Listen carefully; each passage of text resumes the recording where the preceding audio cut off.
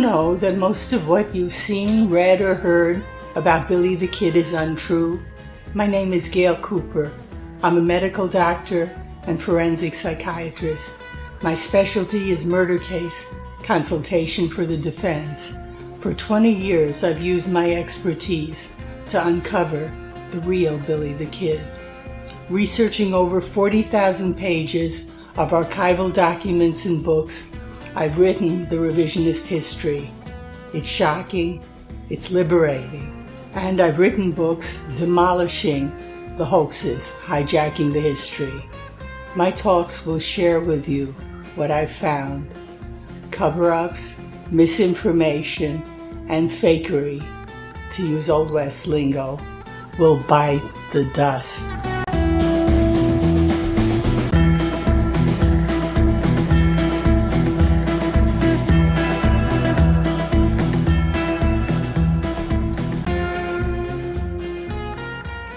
This talk presents the introduction of Better Brushy Bill Roberts in his hoaxes book, alias Billy the Kid.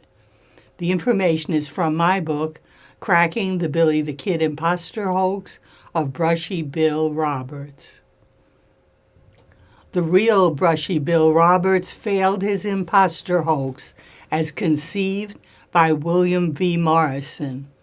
In 1950, he was declared a Billy the Kid imposter in his highly publicized pardon hearing with New Mexico's Governor T.J. Mabry. He not only had no special knowledge, but also gave ridiculous responses like killing no one as Billy the Kid. Then he died. The next foray of the hoax was in 1955 with the book alias Billy the Kid. The task for its writer, Morrison's partner C.L. Sonneshin, was canceling out the pardon failure. That meant creating a better Brushy Bill.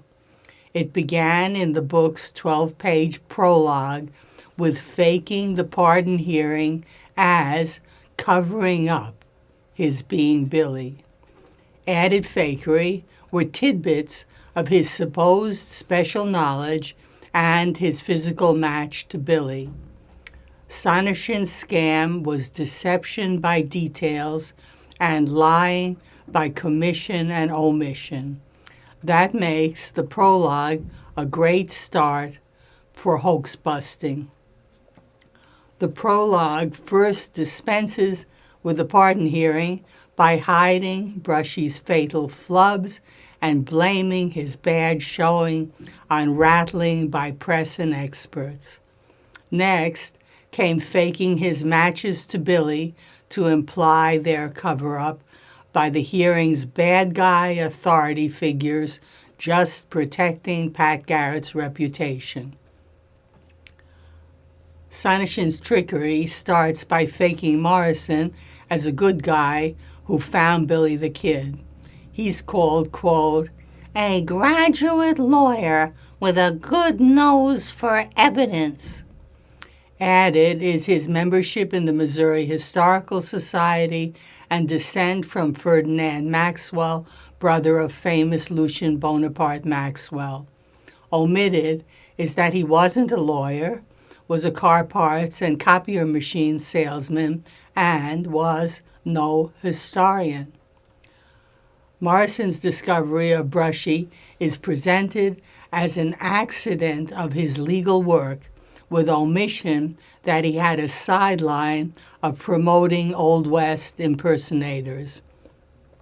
In 1948, he finds a Floridian named Jim Hines claiming to be a past Lincoln County War participant as outlaw Jesse Evans, who tells him that Billy the Kid wasn't killed by Pat Garrett. Next, Morrison meets a Missourian named just Dalton, claiming to be Jesse James, who tells him Billy the Kid was living as O.L. Brushy Bill Roberts in Hamilton, Texas. Omitted is that Morrison was then promoting in press and radio that J. Frank Dalton, a Jesse James impersonator, and that Morrison first used Brushy merely to vouch for Dalton as Jesse James. In Sonnishen's tale, Morrison finds Brushy Bill in June of 1949. Made up is that he matched Billy physically. Morrison notes that he looked younger than Billy's age of 90. Billy would actually have been 89 and a half, and Brushy was actually 69. Brushy is described as slim and short, left-handed, having a protruding left ear, large wrists and small hands, and doing a handcuff slipping trick with them, and being toothless to dispense with having no buck teeth.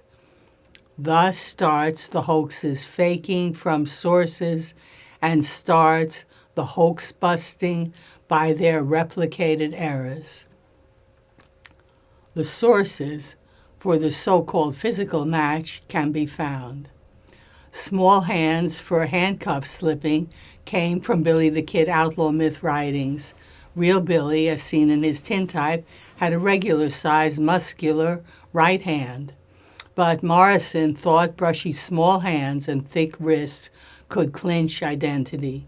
In an April 19, 1954 letter to historian Philip J. Rash, Morrison complained, "Billy, as he called Brushy, stood there through the intimidation in the pardon hearing, waving those unusually small hands with large wrists, and no one seemed interested in his peculiar physical makeup."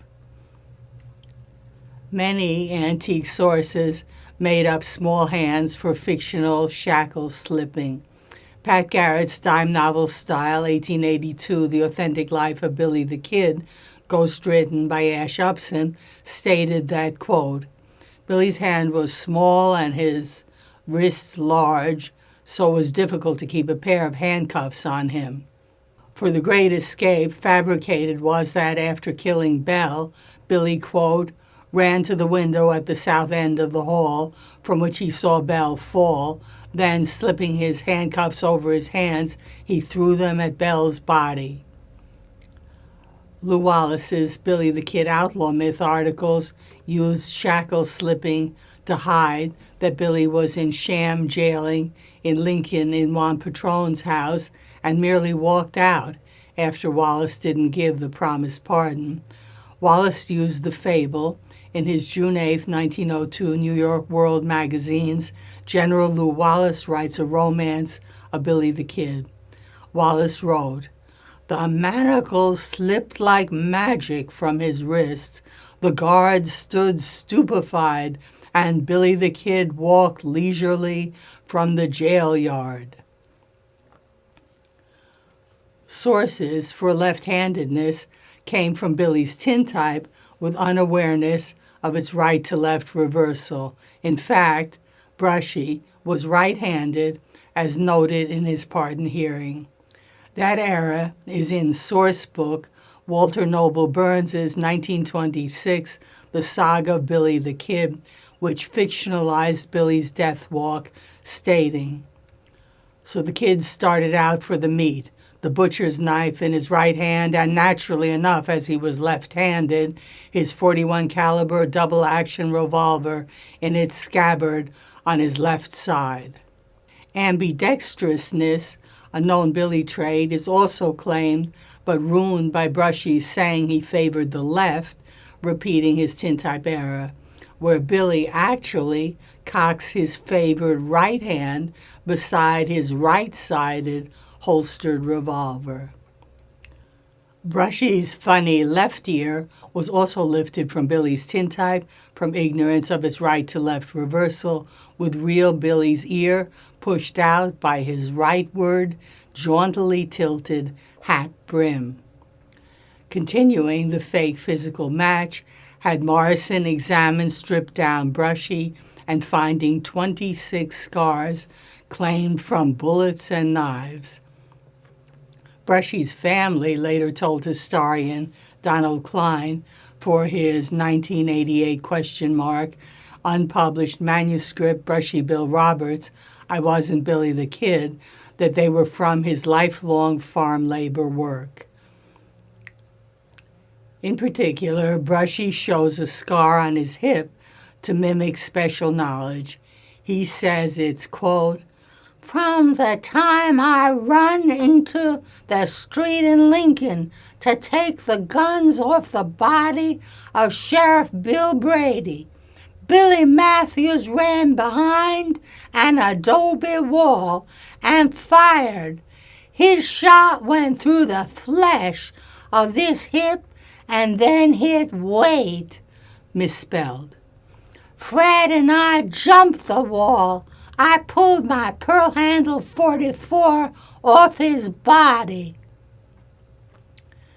This actually reveals how Brushy built his fictions around name-dropping. Real Billy would not have made Brushy's fatal mistakes about this April 1st, 1878 Lincoln ambush of Brady and his deputies. The adobe wall, which Brushy name-drops for Billy Matthews to run behind, was actually the street-facing side of Tunstall's store's corral, behind which the regulators, including Billy, hid to ambush Brady and his deputies as they walked Lincoln Street. Billy Matthews was one of Brady's surviving deputies. He fled into the Cisneros house. When Billy ran out through the gate in the adobe wall with fellow regulator Jim Frenchy French, not Fred Waite, to retrieve his Winchester .73 carbine, not Colt .44, from Brady's body, Matthews shot at them, grazing Billy's leg and piercing French's thigh. Brady had confiscated the carbine from Billy after John Tunstall's murder during a brief illegal arrest. Sonneshin then countered Brushy's zero knowledge in the pardon hearing by giving tidbits of the special knowledge scam, but they merely selected for the historically ignorant, since their errors confirm mismatch. Anyone gullible enough to keep reading is a candidate for a dupedom. Nevertheless, the tidbits also reveal the book's MO. This isn't real Brushy talking off the cuff, like in the Mabry hearing, which proved he'd retained no Billy the Kid history. Sonneshin got the quotes from Morrison's tape-recorded sessions in which Brushy became better by responding to Morrison's leading questions, prompting the answer. The technique was inadvertently revealed by Brushy backing author W.C. Jameson in his 2012 book, Billy the Kid, The Lost Interviews, which printed transcript samples. So Morrison asked, "Tell me what you remember about the incident at the Great House Ranch where Deputy Jimmy Carlisle was shot and killed, a killing that was attributed to you." Or, "You rode away and hid out at Sinking Springs then, didn't you? Tell me about the confrontation with Garrett and his posse." Furthermore, at those tapings, it's obvious that Brushy, who was literate, read and paraphrased from sources he was holding, like real Billy's letters or newspaper articles. An example is from Billy's March 4th, 1881 letter to Lew Wallace, in which he wrote, "I have done everything that I promised you I would, and you have done nothing that you promised me." Brushy came up with, "I done everything I promised him to do." Here are examples of the prologue's faked special knowledge tidbits, secretly based on sources, but appearing to give impressively esoteric information. About the Messiah murder trial for Sheriff Brady, Brushy states that the witnesses against him as Billy lacked subpoenas. In fact, the subpoena of Lincoln resident and prosecution witness Isaac Ellis still exists. Furthermore, as the defendant, real Billy wouldn't know. Brushy's prompt apparently reflected Morrison's failure to find subpoenas in his research for the impersonation. About facing the murder trial without Wallace's pardon, Brushy states, "But they didn't hang me, they didn't. I wasn't born to hang." That was lifted from Wallace's Outlaw Myth article titled General Wallace's Feud with Billy the Kid. It stated, he was convicted for murder and sentenced to be hanged. He arose in court and said, Billy the Kid was not born to be hung. About the Garrett posse pursuit, Brushy is quoted, "I was never afraid to die like a man fighting, but I would not want to be shot down like a dog without a chance to fight back." That was lifted from Billy's March 20th, 1879 letter to Governor Lew Wallace stating, "I'm not afraid to die like a man fighting, but I would not like to be killed like a dog unarmed." For the Lincoln County War battle, Brushy describes, quote, "Negro soldiers from Fort Stanton taking positions on the hillside and joining in the firing that day when the Murphy men burned McSween's house." Negro Fort Stanton soldiers being participants was lifted from Walter Noble Burns's 1926 book, The Saga of Billy the Kid. But Brushy's elaboration is wrong. On July 19, 1878, the only day troops were present during the fighting, only Sheriff George Pepin's white posse men attacked McSween's from the south foothills, and the only soldiers that fired on McSween's were 3 white ones near the Tunstall store during the escape from the burning McSween house, as Billy himself testified in the military court of inquiry against their commander. Furthermore, Sonneshin apparently forged Brushy's N-word to Negro, evidenced by his forgetting to change it in Brushy's other racist quotes. For the killing of Jim Carlisle, Brushy repeats almost verbatim Billy's December 12, 1880 letter to Lew Wallace. It stated, "In a short time a shot was fired on the outside, and Carlisle, thinking Greathouse was killed, jumped through the window, breaking the sash as he went, and was killed by his own party, they thinking it was me, trying to make my escape." Morrison had gotten a copy of that letter from the Lincoln Museum for prompting. Then came the crucial scene of surviving the July 14, 1881 Fort Sumner shooting. Brushy made up a gun battle with Pat Garrett's posse men. That scene turned out to be a key to cracking the Brushy Bill hoax, but it would take decades before Brushy-believing authors provided Brushy's actual transcript, which proved the Sonneshin-Morrison forgery, hiding the fatal error which Brushy actually confabulated about that night. Sonneshin's finale for special knowledge was stating that Morrison took Brushy to historic sites where he had Billy the Kid memories. This proves that Sonneshin was confident that readers who'd come this far wouldn't see that the touring was obvious coaching.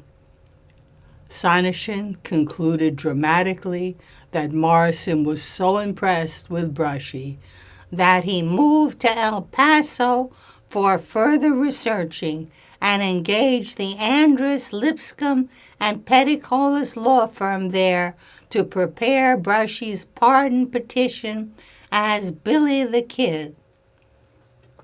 That's how Sonneshin set the stage for readers to meet Brushy Bill. Except they wouldn't meet real Brushy, they'd meet better Brushy, fixed up by Sonishim as best he could. And he took no chances with Brushy's unfiltered recordings and notes. Sly paraphrasing was Sonishim's choice for what came next. He titled it Brushy Bill's Story. The talks to follow will debunk Brushy Bill's story in alias Billy the Kid.